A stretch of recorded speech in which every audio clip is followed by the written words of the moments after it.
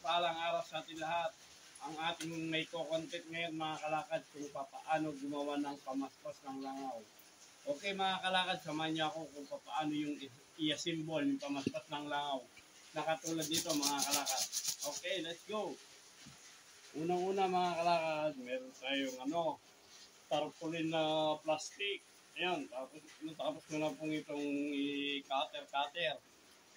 Tapos meron po tayong stick. Ayan mga kalakad, mga stick.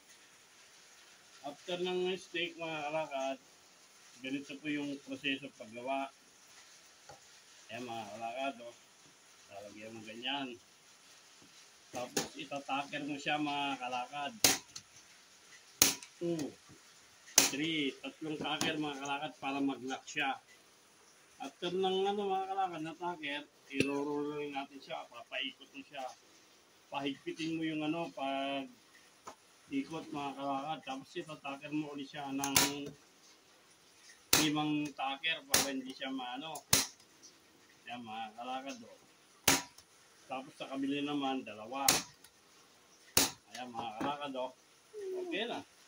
Kahit ilayin mo na siya mga kalakad, matibay na. Ayan. Pamaspas na ng langaw mga kalakad. Basic lang yung paggawa mga kalakad. Ayan, okay na. Pamaspas na ng langaw. Ganyang katibay mga kalakad. Kahit ilayin mo, katibay siya. Ito nga pala mga kalakad, ang aking mounting negosyo. Ayan. Ayan, kalakad. Ganda na Ito na mga kalakad yung nagawa ko. Ayan, mga kalakad. Saka itong mga kalakad, binibinta ko sa mga palengke na kinapupuntahan. Ayan mga kalakad. Ito pa mga kalakad, babalutin po natin siya ng plastic din para magandang tignan. Ayan mga kalakad. Ikot nyo lang yung plastic. Ayan mga kalakad. Tapos kunting binat lang mga kalakad para mag-stretchable yung plastic na cover. Ayan mga kalakad. Ganyan lang yan Saka simple lang gumawa mga kalakad kung may makikita kayong yung mga tarpaulin na din na magagamit. Ayan. Pwede nyo gawin mga kalakad. Kung wala naman po kayo taker, pwede rin yung mga kalakad, yung goma. Ayan. Ngayon, tatakan na natin mga kalakad. Ilalak na natin para hindi mabuhol-buhol. Ayan. Okay na ang kalakad. Ganda na.